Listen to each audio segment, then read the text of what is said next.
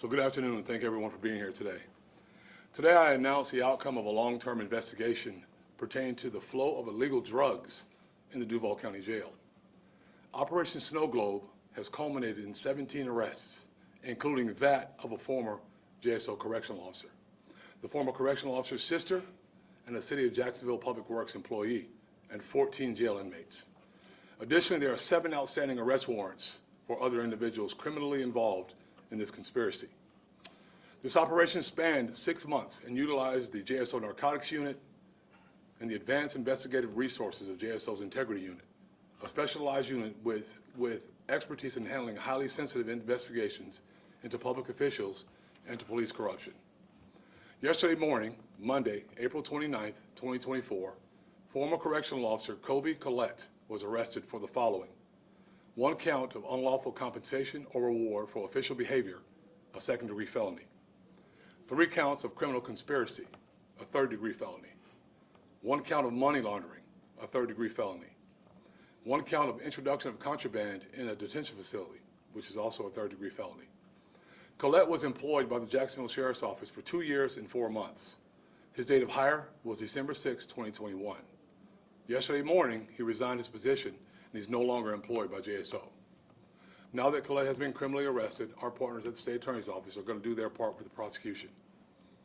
The following is a summation of the facts which support Collette's arrest. In October 2023, JSO's Integrity Unit received information from a confidential source that Collette was delivering various narcotic substances to inmates housed in the Duval County Jail. On October 23rd, we quickly stripped him of all of his authority as a correctional officer and removed him from the jail. This information received by detectives spurred a 6-month-long investigation, which included extensive witness interviews, review of video evidence, and detailed examination of financial records. This lengthy investigation culminated in Collette's arrest yesterday morning. Also arrested yesterday morning was Collette's sister, Elisha Hughes, as a co-defendant to her brother. Hughes acted in consort with Collette, also profiting off the distribution of illegal narcotics in the jail. Hughes was arrested for 3 counts of criminal conspiracy, a third-degree felony; 1 count of money laundering, a third-degree felony. And Operation Snow Globe uncovered that Collette was not the only individual responsible for the flow of illegal narcotics into the jail.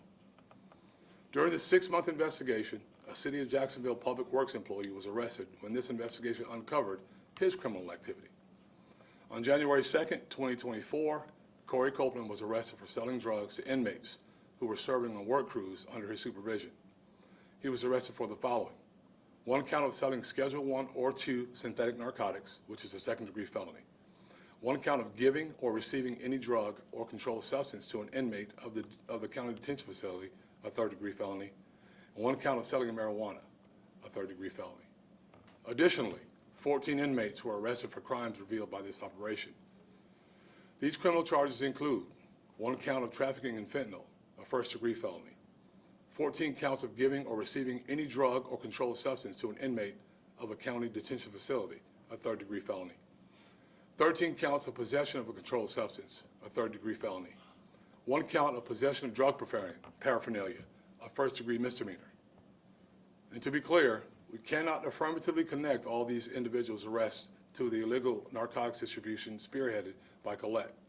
It is, however, the confidential information provided to integrity detectives concerning Collette's illegal activities, coupled with proactive efforts by JSO Narcotics, which launched this investigation.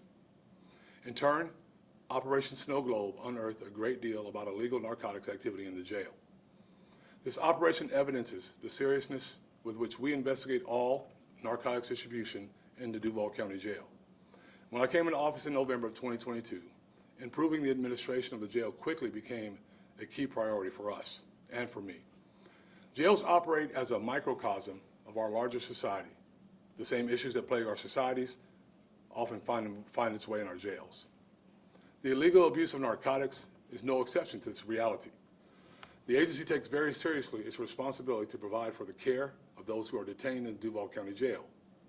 Illustrating this is the agency's decision last year to replace our jail healthcare provider to better care for our inmates, many of whom come to their detention with pre-existing complex medical needs. Colette's arrest is the 5th arrest of a JSO employee by this agency. While we are always deeply disappointed when a member of this agency violates the law, I commend Colette's arrest. There's nothing worse than an individual that takes a position of power, like we have, what we've been given by the public, and uses it for its own gain. Detectives have worked tirelessly for months in great secrecy, so this operation could reveal how illegal narcotics gets to our inmates in our jail. This operation also unveiled the illegal activity of a former correctional officer and a city employee. And I'm glad that their criminality has been unearthed. There's nothing that police despise more than officers who dirty the badge, who disparage the agency of such an honorable profession, a profession that I've spent most of my life doing. Colette will now be held accountable for his actions. And with this arrest, I hope the public recognizes both how seriously we take our responsibilities for the care of our inmates in our charge and how committed we are to fettering out those in this agency who do wrong. I hold officers of this agency to a high standard, to the very highest of standards, and that's the way it should be. As I've said many times before, no one's above the law.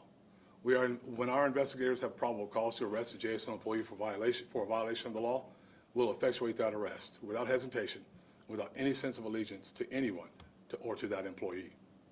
This operation has allowed our agency to conduct a complete evaluation and reconsideration of some of our security measures concerning the movement of all persons in and around our jail. We have changed security measures to help stop the flow of illegal drugs into our detention facility, all with an eye towards improving safety and security in our jail.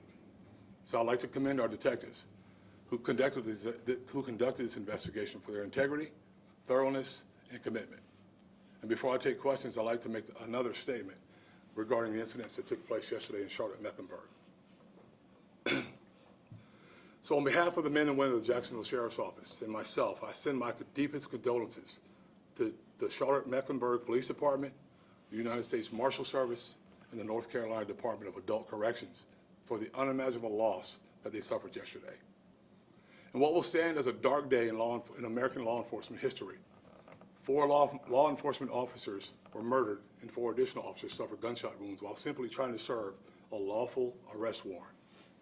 The Jacksonville community and our nation grieves the tragic loss of and the injury to these heroes and dedicated public servants. As law enforcement officers, we know that each day we may have to barter our own lives in service to our community. But however, that knowledge does not pale the devastation suffered by the families and loved ones in the face of this tragedy.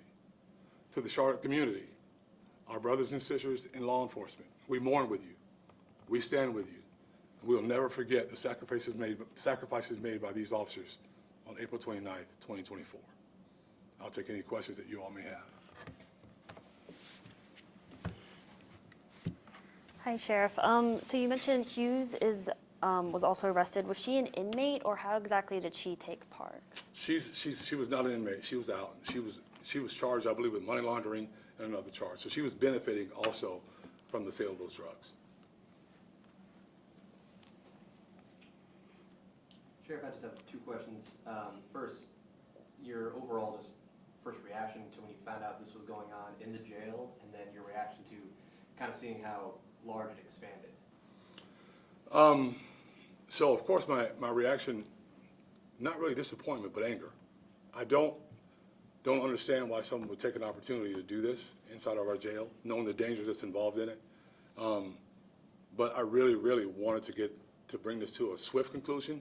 Unfortunately, I have to be patient, right? I wanted to take my time, let them take their time, and make sure we get it right as long as we removed him from there.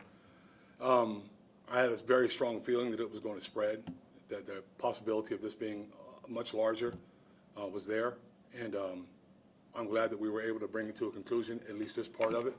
You know, we'll continue to watch and make sure this is not happening again. If it does, we'll do what we have to do to make sure we take care of the problem. And then speaking on that spread a little bit too, so you said there was 14 arrested. I lost track of how many you said still have outstanding warrants, but do you think it's possible that these drugs were getting spread to almost everyone in the jail, anyone who wanted it, and that so they would be getting drugs and using those drugs in the jail too? It's hard to tell. Jail's it's a big building. There's a lot of inmates in there.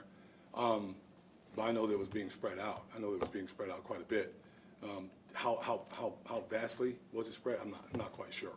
And there's one more.